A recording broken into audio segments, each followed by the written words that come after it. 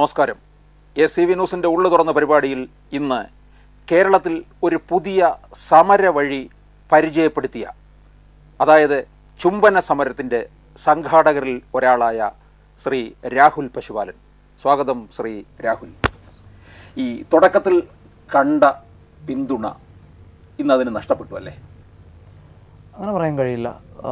തുടക്കത്തിൽ സമരത്തുമായി യോജിച്ച് മുന്നോട്ട് വന്നത് ആരും തന്നെ പിന്നോട്ട് മാറിയിട്ടില്ല. പിന്നെ രാഷ്ട്രീയ കക്ഷികളുടെ കാര്യമാണെന്നുണ്ടെങ്കിൽ അത് തിരിഞ്ഞും മറിഞ്ഞുമൊക്കെ നിൽക്കേണ്ട ഒരു കാര്യമാണെന്ന് വെച്ചാൽ അവർക്ക് വ്യക്തമായ ഇലക്ട്രൽ പൊളിറ്റിക്സിൻ്റെ ഭാഗമാകുമ്പോൾ അതിൽ വോട്ട് ബാങ്ക് രാഷ്ട്രീയം എന്നുള്ളത് നിഷ്പക്ഷമാണ്. അപ്പം അവർക്ക് അതിൽ നിന്ന് അനുസൃതമായി തീരുമാനങ്ങൾ മാറ്റം വരുത്തേണ്ടി വരും. അതൊരു നമ്മളാരെയും കുറ്റപ്പെടുത്തുന്നില്ല. പക്ഷേ പിന്തുണ നഷ്ടപ്പെട്ടു എന്ന വാദം ഞാൻ അംഗീകരിച്ചില്ല. കാരണം പിന്തുണയുമായി മുമ്പോട്ട് വന്ന സമരത്തിൻ്റെ ഭാഗമായ ഒരാൾ പോലും പിന്നോട്ട് പോയിട്ടില്ല. ഇത് അല്ല, ഈ രാഷ്ട്രീയ കക്ഷികളുടെ പിന്തുണ നഷ്ടപ്പെട്ടു എന്ന് പറയുമ്പോൾ ഈ പൊതുസമ്മതി ഒരു പക്ഷേ ഈ നിങ്ങളുടെ ഈ സമരത്തിന് കുറഞ്ഞത് കൊണ്ടല്ലേ രാഷ്ട്രീയ കക്ഷികളും ആ തീരുമാനത്തിൽ നിന്ന് അകന്നു നിന്നത്? രാഷ്ട്രീയ കക്ഷികളുടെ തീരുമാനം പിന്തുണ നഷ്ടപ്പെട്ടു എന്ന് പറയുന്നതിൽ രണ്ട് രാഷ്ട്രീയ കക്ഷികളാണ് ഇതിൽ പ്രതികരിച്ചിട്ടുള്ളത്. അപ്പം യൂത്ത് കോൺഗ്രസ് ആദ്യം തന്നെ ഒരു നിലപാടെടുത്തുന്നു സമരത്തിന് പൂർണ്ണ പിന്തുണ. അതിൽ നിന്നും യൂത്ത് കോൺഗ്രസ് ഇതുവരെ പിന്നോട്ട് മാറിയിട്ടില്ല. പിന്തുണ നഷ്ടപ്പെട്ടു എന്ന് പറയുന്നത് എനിക്ക് തോന്നുന്നു ഒരുപക്ഷെ DYFIയുടെയും സ്റ്റേറ്റ്മെൻ്റ് ആവും. DYFIയുടെ സ്റ്റേറ്റ്മെൻറ്റ് എല്ലാവർക്കും യോജിക്കാൻ കഴിയുന്ന ഒരു സമര രീതിയാണ് ആയില്ല എന്നാണ്. എല്ലാവർക്കും യോജിക്കാൻ കഴിയുന്നുള്ളൊരു സമര രീതി എന്നുകൊണ്ട് എനിക്ക് മനസ്സിലാവുന്നില്ല എന്താണ് ഉദ്ദേശിക്കുന്നത്. എല്ലാവർക്കും യോജിക്കാൻ കഴിയുന്ന ഒന്നിനെ ഒരു സമരം എന്ന് പറയുന്നത്, എല്ലാവർക്കും ഒരു കാര്യത്തിൽ ഐക്യത്തിലെത്താൻ കഴിയുന്നുണ്ടെന്നുണ്ടെങ്കിൽ പിന്നെ സമരം ചെയ്യേണ്ട ആവശ്യമില്ലല്ലോ. പിന്നെ എടുത്തു പറയുന്ന ഒന്ന് പിണറായി സഖാവിൻ്റെ പ്രസ്താവനയാണ്. സഖാവ് പറഞ്ഞ പ്രസ്താവനയിൽ ചില ഭാഗം വളച്ചൊടിച്ചാണെന്ന് വ്യക്തമായി ഞങ്ങൾക്കറിയാം. അപ്പം പ്രസ്താവനയിൽ ഒരു ഭാഗം ഇതായിരുന്നു, കിടപ്പറയിൽ ചെയ്യേണ്ടത് റോഡിൽ ചെയ്താൽ ജനം അംഗീകരിച്ചു തരില്ല. അതിലെവിടെയും സഖാവ് അംഗീകരിക്കുന്നില്ലെന്നോ പാർട്ടി അംഗീകരിക്കുന്നില്ലെന്നോ ഒരു സ്റ്റേറ്റ്മെൻ്റ് ഇല്ല. സഖാവ് ഒരു വസ്തുതയാണ് പറഞ്ഞത്. കിടപ്പറയിൽ ചെയ്യേണ്ടത് തെരുവിൽ ചെയ്താൽ ജനം അംഗീകരിച്ചില്ല എന്ന് വരും. പക്ഷേ ആ വസ്തുതയിൽ നമുക്ക് വായിച്ചെടുക്കാൻ പറ്റുമല്ലോ. അതെ, ഉറപ്പായിട്ടും ആ വസ്തുത പറയാനുണ്ടായ ഒരു സാഹചര്യമുണ്ട്. അത് വ്യക്തമായും അതിലൊരു പൊളിറ്റിക്കൽ സാഹചര്യമുണ്ട്. എന്ന് വെച്ചാൽ ഇവിടെ സംഘപരിവാർ കക്ഷികൾ അല്ലെ സംഘപരിവാർ മതതീവ്രവാദം പറയുന്ന രാഷ്ട്രീയ കക്ഷികൾ ഈ സമരത്തിനെ എതിർത്തുകൊണ്ട് ഇവിടെ മിഡിൽ ക്ലാസ്സിൽ ഞങ്ങൾ കുടുംബങ്ങളുടെയും സ്ത്രീകളുടെയും സംരക്ഷകരായി മാറുന്നു എന്നൊരു മിഥ്യാധാരണയുണ്ടാക്കി ആ കുടുംബങ്ങൾക്കിടയിലേക്ക് കടന്നു കയറാനൊരു ശ്രമം നടത്തുന്നുണ്ട്. ആ ശ്രമത്തെ പ്രതിരോധിക്കേണ്ടത് ഒരു ഉത്തരവാദിത്തമുള്ള രാഷ്ട്രീയ പ്രസ്ഥാനത്തിൻ്റെ തലപ്പത്തിരിക്കുന്ന ആളുടെ ഉത്തരവാദിത്തമാണ്. സഖാവ് അത് പറഞ്ഞില്ലെങ്കിലാണ് അത് തെറ്റായി മാറുക. അത് ഒരുപക്ഷെ ഈ CPM ഇത്തരത്തിലുള്ള ഒരു നിലപാടിൽ മാറ്റം വരുന്നതിൻ്റെ കാര്യം എന്താണ്? അങ്ങനെ ഒരു മാറ്റം CPM നിലപാട് മാറ്റമൊന്നും പറഞ്ഞില്ല. സഖാവ് പറഞ്ഞതിൽ ഈ ഒരു സ്റ്റേറ്റ്മെൻറ്റ് വെച്ചിട്ടാണ് നിലപാട് മാറ്റമെന്ന് പറഞ്ഞത്. ഒരിക്കലും ഒരു നിലപാട് മാറ്റമൊന്നുമല്ല. ഈ പറഞ്ഞതുപോലെ ഈ മിഡിൽ ക്ലാസ് കുടുംബങ്ങൾക്കിടയിലേക്ക് സംഘപരിവാറിൻ്റെ വോട്ട് ചോദിച്ച് അവർ ഇറങ്ങുന്ന ഒരു സാഹചര്യം ഉണ്ടായാൽ അതിനെ തടയേണ്ടത് CPM പോലുള്ള ഉത്തരവാദിത്തമുള്ള രാഷ്ട്രീയ പ്രസ്ഥാനത്തിൻ്റെ ഉത്തരവാദിത്തമാണ്. സഖാവിൻ്റെ ഉത്തരവാദിത്തമാണ് ആ പ്രസ്താവനയിലൂടെ അതല്ല എന്ന് മനസ്സിലാക്കി കൊടുത്ത് തടയേണ്ടത്. CPM ഒരിക്കലും ചുംബന സമരത്തിന് ആഹ്വാനം ചെയ്തിട്ടില്ല. CPM ചുംബന സമരത്തെ പിന്താങ്ങിയിട്ടില്ല. അത് വ്യക്തമാക്കേണ്ടത് CPMൻ്റെ സെക്രട്ടറിയുടെ തന്നെ ഉത്തരവാദിത്തമാണ്.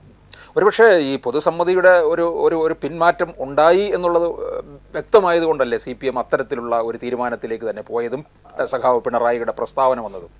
സഖാവ് പിണറായിയുടെ പ്രസ്താവന CPM ഒരിക്കലും അങ്ങനത്തെ തീരുമാനം എടുത്തായിട്ടോ CPMൻ്റെ ഒരു കമ്മിറ്റിയിൽ ഇതിനെക്കുറിച്ചൊന്നും ഡിസ്കസ് ചെയ്തിട്ടോ തീരുമാനം എടുത്തിട്ടോ ഒന്നുമില്ല. പ്രസ്താവന സഖാവ് പിണറായിയുടെ പ്രസ്താവന ഇത് ശരിക്കും ഇതിൻ്റെ വോട്ട് ബാങ്ക് ആരിലേക്ക്, ഇത് ഇവിടെ ഒരു നമുക്കെല്ലാവർക്കും അറിയാം ഇവിടെ ഒരു വലിയ ഹിന്ദു ഭൂരിപക്ഷ വോട്ട് ബാങ്കുണ്ട്. ആ ഭൂരിപക്ഷ വോട്ട് ബാങ്കിനെ സ്വാധീനിക്കാൻ ഒരു വ്യക്തമായ ധ്രുവീകരണം ഉണ്ടാക്കാൻ സംഘപരിവാർ കക്ഷികൾ ശ്രമിക്കുന്നു. ആ ശ്രമത്തിന് തടയിടാനാണ് ആ പ്രസ്താവന. അതേസമയം നമ്മൾ തന്നെ CPMൻ്റെ പോളിറ്റ് ബ്യൂറോ മെമ്പർ ബേബി സഖാവിൻ്റെ പ്രസ്താവന വായിച്ചാൽ മനസ്സിലാകും. സഖാവ് പറഞ്ഞത് നവരീതിയിലുള്ള സമരങ്ങൾ ഉയർന്നു വരേണ്ടത് കാലഘട്ടത്തിൻ്റെ ആവശ്യമാണെന്നാണ്. അത് ഒരിക്കലും CPM ഇതിന് അനുകൂലിച്ചോ പ്രതികൂലിച്ചോ അല്ലെ പിന്തുണ നൽകിയോ പിൻവലിച്ചോ ഒരിക്കലും ഒരു നിലപാടെടുത്തിട്ടില്ല. ആസ് എ പൊളിറ്റിക്കൽ പാർട്ടി അങ്ങനെ നിലപാടെടുത്തിട്ടില്ല.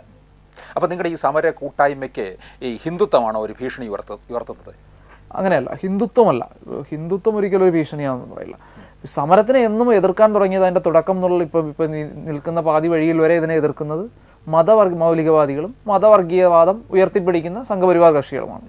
അപ്പോൾ ഇവിടെ കൂടുതൽ ഇപ്പം നമ്മൾക്കറിയാം ഈ സമരം ഉയർന്നു വരാനുണ്ടായ ഒരു സാഹചര്യം, ഉയർന്നു വന്ന സമയം ഇപ്പം ഒരു മതവും ദേശീയതയും ഒന്നാണെന്ന് സ്ഥാപിച്ചെടുത്ത് അതിൽ വ്യക്തമായി രാഷ്ട്രീയം ഫോട്ടോഷോപ്പ് ചെയ്ത് ഒരു സംഘപരിവാർ ശക്തി ഇന്ത്യ എന്ന മഹാരാജ്യത്തിൻ്റെ അധികാരം പിടിച്ചെടുത്ത സമയത്താണ് ഈ സമരം ഉയർന്നു വന്നത്.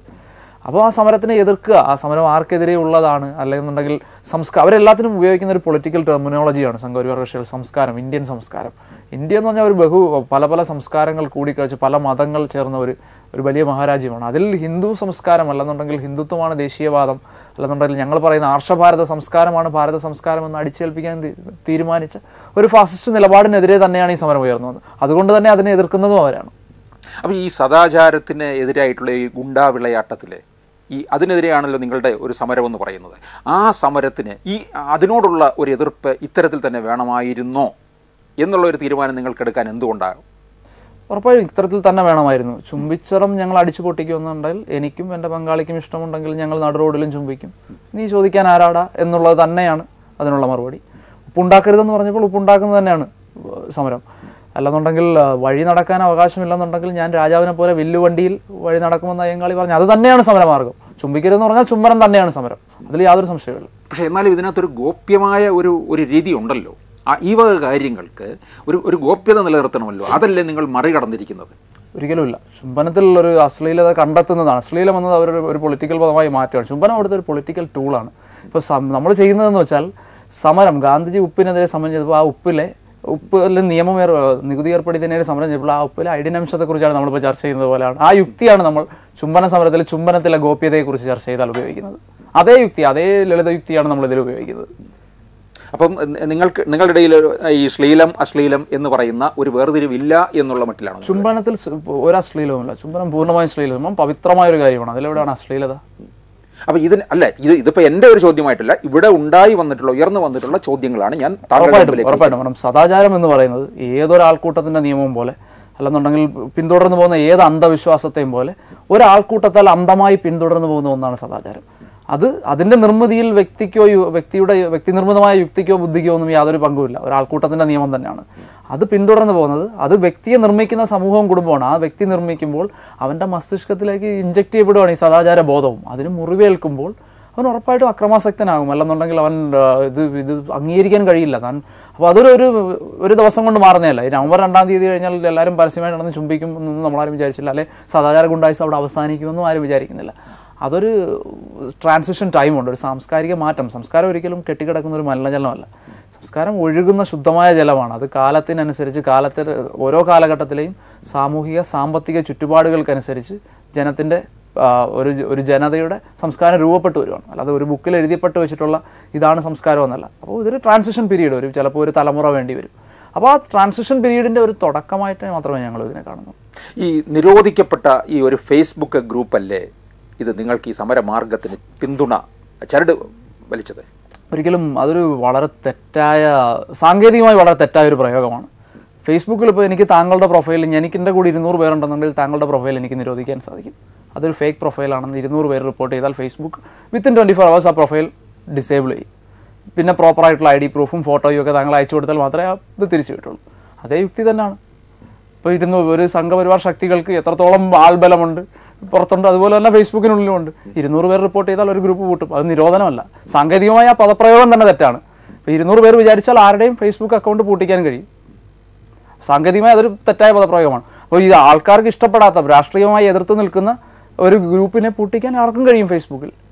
ഈ സമരത്തിനകത്ത് ചില അരാജകവാദികൾ, ഈ മാവോയിസ്റ്റുകൾ, സ്വവർഗ അനുരാഗികൾ, ഇവരുടെയൊക്കെ തന്നെ ഒരു കൂട്ടുകെട്ടാണ് ഇതെന്നും ഒരാരോപണം ഉണ്ടായിരുന്നു. ഇതിൽ താങ്കൾ പറഞ്ഞതിൽ ഞാൻ ഒരു കൂട്ടർ മാത്രമേ തള്ളി പറയുന്നുള്ളൂ. ഒന്ന് മാവോയിസ്റ്റുകൾക്ക് ഈ സമരത്തിൽ യാതൊരു ബന്ധവുമില്ല. അങ്ങനെ ആരെങ്കിലും നുഴഞ്ഞു കയറിയിട്ടുണ്ടെന്നുണ്ടെങ്കിൽ അത് കണ്ടുപിടിക്കേണ്ട ഉത്തരവാദിത്വം പോലീസിനാണ്. സമരത്തിന് പങ്കെടുത്ത എല്ലാവരുടെയും ലിസ്റ്റും അഡ്രസ്സും സഹിതം ഞാൻ പോലീസിന് കൊടുത്തിട്ടുണ്ട്. അല്ലെ അറസ്റ്റ് ചെയ്തതും പോലീസിൻ്റെ കയ്യിലുണ്ട്. എന്താ ഇതുവരെ മാവോയിസ്റ്റുകളെ ആരും കണ്ടെത്താഞ്ഞത്? ഈ മാവിലെറിയുന്നവനൊക്കെയാണ് മാവോയിസ്റ്റ് എന്നുള്ളത് ഉള്ളൊരു ചിന്തയിൽ നിന്നുമായിരിക്കും അങ്ങനെയൊക്കെയുള്ള ആരോപണം ഉണ്ടായത്. പിന്നെ സ്വവർഗ അനുരാഗികളെ ഒരിക്കലും ഞങ്ങൾ തള്ളി പറയുന്നില്ല. ഞങ്ങളുടെ ആശയത്തിൻ്റെ ഭാഗമാണ് സ്വവർഗ അനുരാഗികൾ. അവർ ലൈംഗിക ന്യൂനപക്ഷങ്ങളും സ്വവർഗ അനുരാഗികളും ഒക്കെ ഈ രാജ്യത്ത് നിലനിൽക്കുന്ന ന്യൂനപക്ഷങ്ങളാണ്. അവർക്കും അവകാശങ്ങളും മനുഷ്യാവകാശങ്ങളുണ്ട്. അതും അംഗീകരിക്കപ്പെടേണ്ടതാണ്. അവരെയൊന്നും ഒരു സമരത്തിൽ നിന്ന് മാറ്റി നിർത്തേണ്ട ആവശ്യമൊന്നുമില്ല സ്വവർഗ അനുരാഗികളെ. അതുപോലെ തന്നെ അരാജകവാദം എന്ന് പറഞ്ഞാൽ നമ്മളെല്ലാം ഉപയോഗിച്ച് എന്തോ ലൈംഗികത പോലൊരു സാധനമാണ് അരാജകവാദം എന്നൊക്കെയാണ്. അരാജകവാദം എന്ന് ഞാൻ വ്യക്തമായ ഡെഫിനിഷൻ ഉണ്ട്. അനാർക്കസി എന്ന് പറഞ്ഞാൽ അത് ഒരു രാജ്യത്ത് നിയമിക്കുന്ന നിയമസംവിധികൾക്കും അല്ലെന്നുണ്ടെങ്കിൽ സ്റ്റേറ്റിനെതിരെ നിരന്തരം കലഹിക്കുന്നവരാണ് അരാജകവാദികൾ. അങ്ങനെ സ്റ്റേറ്റിലെ നിയമത്തിനെതിരെ കലഹിച്ച് ഞങ്ങൾക്ക് പുതിയൊരു ആശയം വേണം എന്നൊക്കെ അവരൊരിക്കലും നിയമവിരുദ്ധമായ കാര്യമൊന്നുമല്ല ചെയ്യുന്നത്. അങ്ങനെ അരാജകവാദത്തിൽ വിശ്വസിക്കുന്ന ആരെങ്കിലും ഈ സമരത്തിൽ പങ്കാളികളായിട്ടുണ്ടെങ്കിൽ അവരെയും തള്ളി പറയേണ്ട ആവശ്യമൊന്നുമില്ല. മാവോയിസ്റ്റുകളെ ഞങ്ങൾ ഇതിൽ പങ്കെടുപ്പിച്ചിട്ടുമില്ല, മാവോയിസ്റ്റുകൾ ആരും ഇതിൽ പങ്കെടുത്തിട്ടുമില്ല. ഈ പങ്കെടുത്തവരുടെ മുഴുവൻ ലിസ്റ്റ് ഞാൻ ഗവൺമെൻറ്റിന് ഞങ്ങൾ കൊടുത്തിട്ടുണ്ട്. കണ്ടുപിടിക്കട്ടെ, അല്ലാതെ മാവേൽ എറിയുന്നവരൊക്കെ മാവോ അരിമാവ് വിൽക്കുന്നവരൊക്കെ മാവോയിസ്റ്റ് ആണെന്നൊക്കെ ആയാലും വിചാരിച്ച് മാവോയിസ്റ്റ് എന്നൊക്കെ വെച്ച് തള്ളാൻ പാടില്ലോ. മാവോയിസ്റ്റ് അല്ല ഒരിക്കലും. അല്ല, ഈ സംഘാടകരുമായിട്ട് കൂട്ടുകെട്ടുണ്ടാക്കാതെ ഇതിനകത്ത് പങ്കുചേർന്നിട്ടുള്ളവർ ഉണ്ടാകത്തില്ലേ? ഇല്ല, അങ്ങനൊന്നും എൻ്റെ അറിവിൽ ഇതുവരെ ആരും പങ്കുചേർന്നിട്ടില്ല. അല്ല, നിങ്ങൾ ഇവിടെ നടത്തിയ ഈ പരസ്യ ചുംബനത്തിൽ അവിടെ ചുംബിക്കേണ്ടവരൊക്കെ എത്തി, ചുംബിക്കുന്നവരൊക്കെ എത്തി. അവരുണ്ടല്ലോ സമരത്തിൽ ഭാഗമായവരൊക്കെ പോലീസ് അറസ്റ്റ് ചെയ്യുന്നു. കൊച്ചിയിൽ 60 പേരെ അറസ്റ്റ് ചെയ്യുന്നു, കോഴിക്കോട് 90 പരസ്യമായ ചുംബനത്തിനകത്ത് നിങ്ങളുടെ സംഘടനയിൽ രജിസ്റ്റർ ചെയ്യേണ്ട ആവശ്യമുണ്ടോ? ഇല്ലല്ലോ. അത് ഏത് സമരത്തിലും പങ്കെടുക്കാം. ഇവിടെ CPM നടത്തുന്ന സമരത്തിൽ മാവോയിസ്റ്റുകൾ പങ്കെടുത്തുന്ന നാളെ ആരോപണം, യൂത്ത് കോൺഗ്രസ് നടത്തുന്ന സമരത്തിൽ മാവോയിസ്റ്റ് പങ്കെടുത്തുന്ന ഞങ്ങൾക്ക് ആരോപണം ഉണ്ടായിരിക്കും. ഒരു പബ്ലിക്കായി നടക്കുന്ന ഒരു സമരത്തിൽ ഒരാൾക്കൂട്ടത്തിനിടയിൽ ഒരാൾ വന്നു എന്നതിനുള്ള ഒരു സമരത്തിനെതിരെയുള്ള ആരോപണമൊന്നും ആക്കി നമുക്കൊരിക്കലും പറയാൻ പറ്റില്ല. ഇവിടെ ഒരു കോൺഗ്രസ് ഒരു മാർച്ച് നടത്തുകയാണ്, നമ്മുടെ ബഹുമാനപ്പെട്ട രമേശ് ചെന്നിത്തലയുടെ പാർട്ടി തന്നെ ഒരു മാർച്ച് നടത്തുകയാണ്. അതിൽ 2 മാവോയിസ്റ്റുകൾ പങ്കെടുത്ത ആ പാർട്ടി മാവോയിസ്റ്റ് പാർട്ടിയോ അല്ലെങ്കിൽ സംഘടനത്തിൽ മാവോയിസ്റ്റുകൾക്ക് ബന്ധമുണ്ടെന്നാവും. വളരെ യുക്തിരഹിതവും ഒരു എന്താ പറയുക പരിഹാസ്യമായ ആരോപണമാണ്. ഇപ്പം നിങ്ങൾ എറണാകുളത്ത് ഇത് ഇങ്ങനെ ഒരു വേദി ഒരുക്കി, അത് ഇതിനു വേണ്ടി മാത്രമായിരുന്നു. ഇപ്പോൾ ഉടനെ തന്നെ ആലപ്പുഴയിലേക്ക് വരുന്നുണ്ട്. കോട്ടയത്ത് കോഴിക്കോട് പ്ലാൻ ചെയ്തു, അത് മാറ്റി വെച്ചിട്ടാണ് എറണാകുളത്ത് കോഴിക്കോട് നടന്നത്. അതെ, കോഴിക്കോട് നടന്നു. ഇനിയിപ്പോൾ നിങ്ങൾ പിന്നീട് ചെയ്തത് തിരുവനന്തപുരത്ത് ചലച്ചിത്രോത്സവ വേദി ഇതിനു വേണ്ടി ഉപയോഗിച്ചു. ചലച്ചിത്രോത്സവ വേദി എന്ന് പറയുന്നത് മറ്റു പല രാജ്യങ്ങളിൽ നിന്നുള്ള പ്രതിഭാശാലികളായിട്ടുള്ള സിനിമയിലുള്ളവരൊക്കെ വരികയാണ്. എന്തുകൊണ്ട് നിങ്ങൾ ഈ സിനിമയുടെ ഒരു വേദി ഇതിനു വേണ്ടി ഉപയോഗിച്ചു എന്നുള്ളതാണ്? ചലച്ചിത്രോത്സവ വേദിക്ക് നമുക്കൊരു പാരമ്പര്യമുണ്ട്. ചലച്ചിത്രോത്സവം സിനിമ കാണാൻ വേണ്ടി മാത്രമുള്ള ഒരു സ്പേസ് അല്ല. അതങ്ങനെ ആക്കിയത് ഞാൻ പറയട്ടെ, അങ്ങനെ പറയാൻ അനുവദിക്കുക. ചലച്ചിത്രോത്സവം നമ്മൾ വർഷങ്ങളായി കണ്ടുവരുന്നതാണ്. സാമൂഹിക പ്രസക്തിയുള്ള എല്ലാ വിഷയങ്ങൾക്കും എതിരെ പ്രതിഷേധങ്ങളും സമരങ്ങളും ചലച്ചിത്രോത്സവ വേദികളിൽ നടന്നിട്ടുണ്ട്. ആ പ്രതിഷേധിക്കാനുള്ള സാമൂഹിക ഉത്തരവാദിത്തമുള്ള ഡെലിഗേറ്റ്സാണ് ചലച്ചിത്രോത്സവ വേദിയിൽ വരുന്നത്. ഇന്നല്ല, ചലച്ചിത്രോത്സവം തുടങ്ങിയ കാലം തൊട്ട് അവിടെ സമരങ്ങൾ നടക്കാറുണ്ടോ? ഈ സമരത്തിന് മാത്രം എന്താണ് ഒരു പ്രത്യേകത? അല്ല, അപ്പോഴാണ് ശ്രീ അടൂർ ഗോപാലകൃഷ്ണൻ പറഞ്ഞ കാര്യം ഓർമ്മയിൽ വരുന്നത്. ഇവിടെ സിനിമ കാണാനല്ല വരുന്നത് എന്നുള്ള ഒരു കാര്യം കൂടിയാണ്. അടൂർ ഗോപാലകൃഷ്ണൻ കറക്റ്റായിട്ട് ഫിൽട്ടർ ചെയ്താണല്ലോ. അടൂർ ഗോപാലകൃഷ്ണൻ പറഞ്ഞൊരു കാര്യം ഇതുമായിട്ട് ലിങ്ക് ചെയ്യേണ്ട ആവശ്യമില്ല. ബഹുമാനപ്പെട്ട ഡയറക്ടർ രഞ്ജിത്ത് പ്രതികരിച്ചിട്ടുണ്ടല്ലോ ചുംബന സമരം നടന്നതിനെതിരെ. അതെന്താ മറന്നു പോകുന്നത്? ഇപ്പം പറഞ്ഞുകൊണ്ട് ചലച്ചിത്രോത്സവ വേദി തിരഞ്ഞെടുത്തത് ശരിയായ തീരുമാനമാണ്. ചലച്ചിത്രോത്സവ വേദി സാമൂഹ്യ പ്രതിബദ്ധതയുള്ള വിഷയങ്ങളിൽ പ്രതികരിക്കാനുള്ളതാണ്. സിനിമ കാണാൻ മാത്രമുള്ള സ്ഥലമല്ല ചലച്ചിത്രം. സിനിമ കാണാൻ മാത്രമുള്ള സ്ഥലമാണെന്നുണ്ടെങ്കിൽ തിയേറ്ററിൽ പോയി സിനിമ ഉണ്ടാവില്ല. നല്ല സിനിമ കാണുക, നല്ല സിനിമയെക്കുറിച്ച് ചർച്ച ചെയ്യുക എന്നുള്ള ഒരു ആശയമാണല്ലോ ഈ IFFK അല്ലെങ്കിൽ ലോകത്തുള്ള മുഴുവൻ ഫിലിം ഫെസ്റ്റിവൽ വേദികളും ഇതിനുവേണ്ടി അങ്ങനെയുള്ള കാര്യത്തിന് വേണ്ടിയാണ്. അതിനുവേണ്ടി മാത്രമാണെന്ന് ഞാൻ വിശ്വസിക്കുന്നില്ല. ചലച്ചിത്രോത്സവം സാമൂഹ്യ പ്രതിബദ്ധതയുള്ള വിഷയങ്ങളിൽ പ്രതികരിക്കാനും സാമൂഹിക വിഷയങ്ങൾ ജനമധ്യത്തിലേക്ക് ഉയർത്താനും ഒക്കെയുള്ളൊരു വേദി കൂടിയാണ് ചലച്ചിത്രോത്സവം. അത് അല്ലെങ്കിൽ ഒരുപക്ഷെ നിങ്ങളുടെ ഈ സംഘടന ഒരുപക്ഷെ കൂടുതൽ ജനകീയ പിന്തുണ കിട്ടാൻ വേണ്ടി, ജനകീയത ലഭിക്കാൻ വേണ്ടി ആണോ ഇവിടെ വേദി ഒരുക്കിയത്? അല്ല, ഒരിക്കലും അല്ല. ഞങ്ങൾ ജനകീയ പിന്തുണ കിട്ടാൻ വേണ്ടി ഉണ്ടാക്കുന്ന ഒരു സമരമല്ലത്. ഇതൊരു വ്യക്തമായ കോസിനെതിരെ ചെയ്യുന്ന ഒരു സമരമാണ്. ചലച്ചിത്രോത്സവ വേദി തിരഞ്ഞെടുത്തതിനകത്തുള്ള പ്രധാന കാരണം ചലച്ചിത്രോത്സവ വേദി ഒരു പ്രതികരിക്കേണ്ട സ്ഥലമാണ്. നമ്മൾ കണ്ടു അജ്മൽ കസബിനെ, കഴിഞ്ഞ വർഷത്തെ അതിന് മുമ്പത്തെയാണെന്നോ ഞാൻ ഓർക്കുന്നില്ല, തീവ്രവാദി അജ്മൽ കസബിനെ തൂക്കിക്കൊല്ലുന്നതിനെതിരെ സമരം നടന്നു ചലച്ചിത്രോത്സവ വേദിയിൽ. ആരും എതിർക്കാനൊന്നും പോയില്ലല്ലോ. അവർക്ക് സമരം ചെയ്യാനുള്ള അവകാശമുണ്ട്. അവരവിടെ പ്ലക്കാർഡ് പിടിച്ച് സമരം ചെയ്തു, അന്തസ്സായിട്ട് പോയി. അതേ രീതിയിൽ തന്നെ കരുണ്ടാൽ മതി ഈ സമരത്തെയും. അപ്പം അങ്ങനെയുള്ള നമ്മൾക്ക് ദേശീയതയ്ക്ക് അംഗീകരിക്കാൻ കഴിയാത്ത കാര്യങ്ങൾക്കെതിരെ പോലും അവിടെ സമരം നടക്കുന്നുണ്ട്. ഈ വർഷത്തെ ചലച്ചിത്രോത്സവ വേദിയിൽ എത്ര സമരങ്ങൾ കണ്ടു? 20-ൽ കൂടുതൽ സമരങ്ങൾ കണ്ടു. അപ്പം ചലച്ചിത്രോത്സവ വേദി സമരം ചെയ്യാനുള്ള ജനകീയ പിന്തുണ നേടിയെടുക്കാൻ വേണ്ടി ചലച്ചിത്രോത്സവ വേദിക്കുള്ളിൽ സമരം ചെയ്യേണ്ട ആവശ്യമില്ല. അത് ജനകീയ പിന്തുണ നേടിയെടുക്കുക എന്നുള്ളത് ഒരിക്കലും ഈ സമരത്തിൻ്റെ അജണ്ടയുമല്ല. ഈ സമരം ഒരു വ്യക്തമായ സാമൂഹിക പരിഷ്കരണത്തിന് വേണ്ടിയുള്ളതാണ്. അത് അതിൻ്റെ രീതിയിൽ മുമ്പോട്ട് പോകും. അതൊരു സമരം കൊണ്ട് മാറുന്നതുമല്ല, വികേന്ദ്രിതമായ അനേകം ചെറു സമരങ്ങളിലൂടെ രൂപപ്പെട്ടു വരേണ്ട ഒന്നാണ്. ഇത്തരത്തിലൊരു സമരമാർഗം ഇത് താങ്കളുടെ മനസ്സിൽ ഉദിച്ച ആശയമാണോ? അല്ല, അത് ഫാർമിസ് ഹാഷിം എന്ന് പറഞ്ഞിട്ടൊരു സുഹൃത്ത്, കോഴിക്കോടുകാരനായ സുഹൃത്ത്, അദ്ദേഹമാണ് ഈ കോഴിക്കോട് റെസ്റ്റോറൻറ്റ് ആക്രമിക്കപ്പെട്ട അതേ ദിവസം വൈകുന്നേരം ഫേസ്ബുക്കിൽ എഴുതിയത്. കോഴിക്കോട് കടപ്പുറത്ത് വെച്ചൊരു ചുംബന കൂട്ടായ്മ നടത്താം.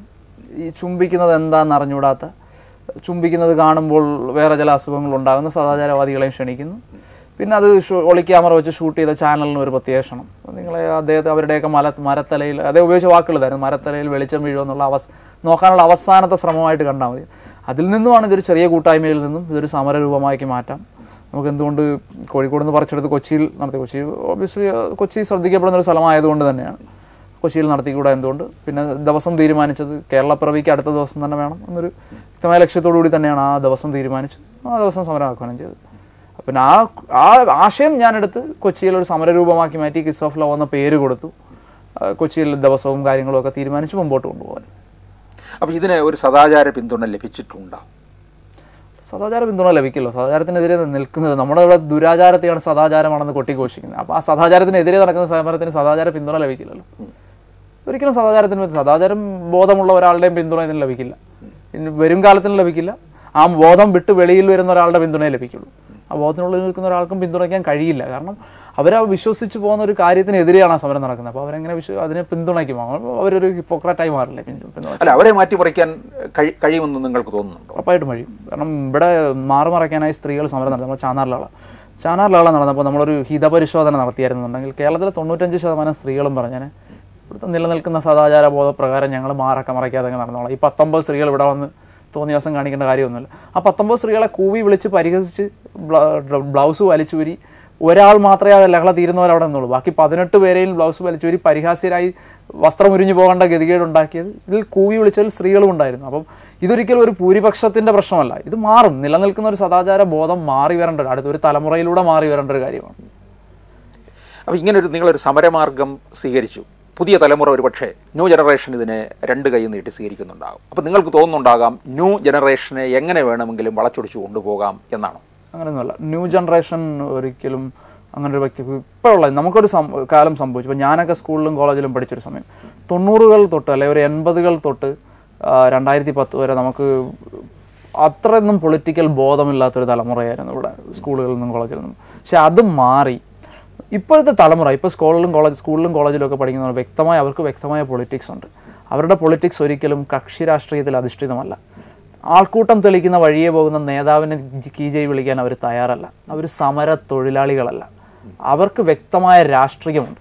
ആ രാഷ്ട്രീയം വെച്ച് അവർക്ക് ഒരു കാര്യത്തെയും അനലൈസ് ചെയ്യാനുള്ള കഴിവുണ്ട്. അവരെ ആർക്കും വളച്ചൊടിക്കാനും കഴിയില്ല. അവർക്ക് അവരുടെ വേണ്ട ആശയം ഏത് നല്ലത് ഏത് ചീത്തയെന്ന് തിരിച്ചറിവുണ്ട്. ആ തലമുറയിലാണ് നമ്മുടെ രാജ്യത്തിൻ്റെ ഭാവിയും. പക്ഷേ ആ തിരിച്ചറിവ് ഉണ്ടെങ്കിൽ തന്നെയും ഇവരുടെ ഈ സമര രീതിക്ക് ഒരു ചട്ടക്കൂടുണ്ടോ? പ്രത്യേകിച്ച് നിങ്ങളുടെ സമര രീതി തന്നെ ഒരു ചട്ടക്കൂടിനകത്ത് നിൽക്കുന്നുണ്ടോ? ഇല്ല, ഒരു സമരരീതി ഒരിക്കലും ഒരു ചട്ടക്കൂടിൽ ഒരു നിർബന്ധങ്ങളും എഴുതിത്തരൊക്കെ നിയമവലിക്കുള്ളിൽ നിർത്തേണ്ട സമരരീതിയൊന്നുമല്ല. ചുംബിക്കുന്നതാണ് സമരരീതി. സമരം അതൊരു പൊളിറ്റിക്കൽ ടൂളാണ്. അത് ഏറ്റെടുക്കാൻ തയ്യാറുള്ളവർ ചുംബിക്കുന്നത് വലിയ കാര്യം, ഒരു അശ്ലീലമായ കാര്യമൊന്നുമല്ല. ആ ബോധമുള്ളവർ സമരത്തെ ഏറ്റെടുത്താൽ മതി എന്നുള്ളൊരു ഏറ്റെടുക്കുന്നു. അങ്ങനെയുള്ളവരാണ് ഏറ്റെടുക്കുന്നതും. അത് ചുംബിക്കുന്നത് അംഗീകരിക്കാൻ കഴിയാത്ത ഒരാൾക്ക് സമരത്തെ ഏറ്റെടുക്കാൻ കഴിയില്ലല്ലോ. അത് കൂടുതലായും പുതിയ ജനറേഷനിൽ നിന്നും ഏറ്റെടുക്കുന്നു എന്നറിഞ്ഞതിൽ അത് വളരെ സന്തോഷം. കാരണം അവരുടെ ഒരു പൊളിറ്റിക്കൽ ബോധം ഈ സമരം ആർക്കെതിരെയാണ്, എന്തിനു വേണ്ടിയാണ് ഈ സമരം. കാരണം ഈ സമരത്തിനൊരു പ്രത്യേകതയുണ്ട്. നമ്മൾ സാറിന് ഇപ്പോൾ ഒരു കമ്മ്യൂണിസ്റ്റ് പാർട്ടിയുടെ സമരത്തിനോ കോൺഗ്രസിൻ്റെ സമരത്തിനോ പോകാന്നുണ്ടെങ്കിൽ ലോറിയിലൊക്കെ ആളെ കയറ്റിക്കൊണ്ട് പോകുന്ന ഒരു പ്രവണതയാണ്. പോകുന്നവർക്കൊക്കെ പറയും എവിടെ പോവാണ്, കമ്മ്യൂണിസ്റ്റിൻ്റെ സമരത്തിന്, CPM-ൻ്റെ സമരത്തിന് പോവാണ്, അല്ലെങ്കിൽ കോൺഗ്രസിൻ്റെ സമരത്തിന് പോവാണ്.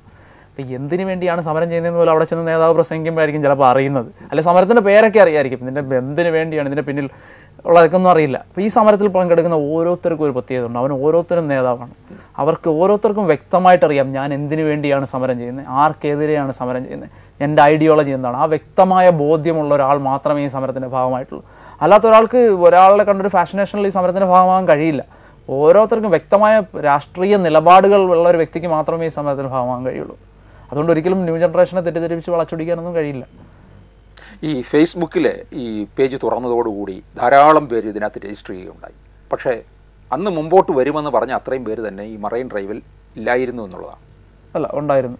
അന്ന് മുമ്പോട്ട് വരുമെന്ന് പറഞ്ഞ എല്ലാവരും തന്നെ താങ്കൾ തന്നെ പറഞ്ഞിട്ടുള്ളതാണ്. ആദ്യത്തെ രജിസ്റ്റർ ചെയ്തവരുടെ ഒരു കണക്കും പിന്നെ മറൈൻ ഡ്രൈവിൽ വന്നവരുടെ തന്നെ ഒരു ലിസ്റ്റ് നിങ്ങൾ അവിടെ കൊടുക്കുകയും ചെയ്തു എന്ന് പറയുന്നുണ്ട്. ഞങ്ങളിൽ 300 പേരാണ് ഫോൺ വഴി ബന്ധപ്പെട്ട് വരുമെന്നറിയിച്ചത്. ആ 300 പേരും എൻ്റെ അറിവിൽ ആരും എന്തെങ്കിലും വ്യക്തിപരമായ കാര്യങ്ങൾ കൊണ്ടൊരു 10-15 പേരെ ചിലപ്പോൾ വരാതിരുന്നുണ്ടാവും.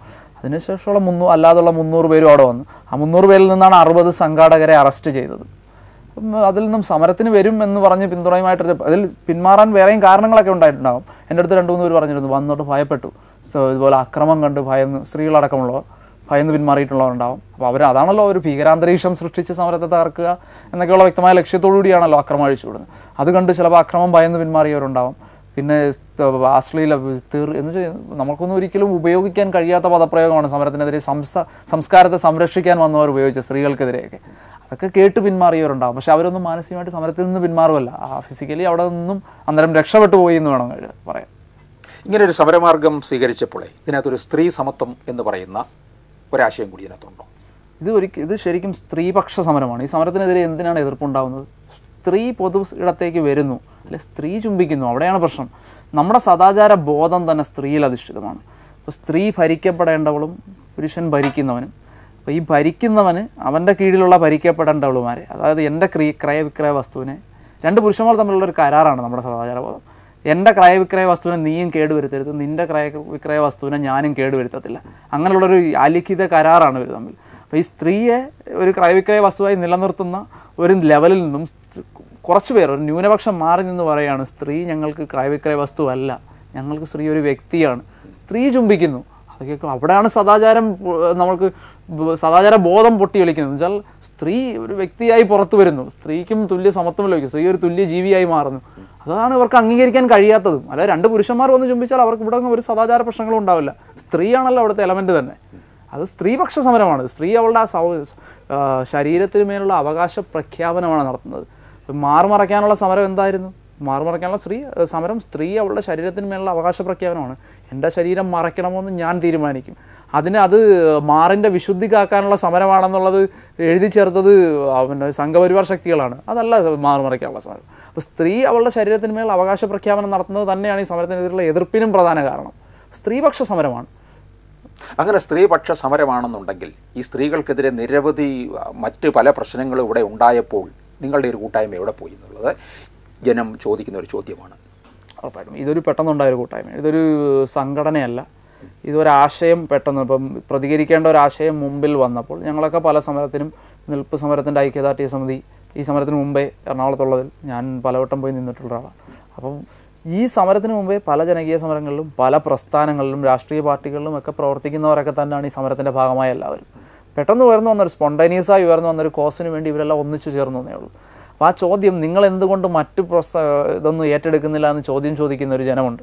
അവർ പറയുന്നതെന്ന് വെച്ച് കഴിഞ്ഞാൽ, ഇപ്പം ഒരു കുറച്ച് നീട്ടി പറഞ്ഞു, നമ്മുടെ മലാലയ്ക്ക് നോബൽ സമ്മാനം കിട്ടിയോ, മലാല എന്തുകൊണ്ട് ഗാസയിലെ കുട്ടികൾക്ക് വേണ്ടി പറയുന്നില്ല? അവൾ അവിടുത്തെ കുട്ടികൾക്ക് വേണ്ടി മാത്രം പറഞ്ഞാൽ എങ്ങനെയാണ്?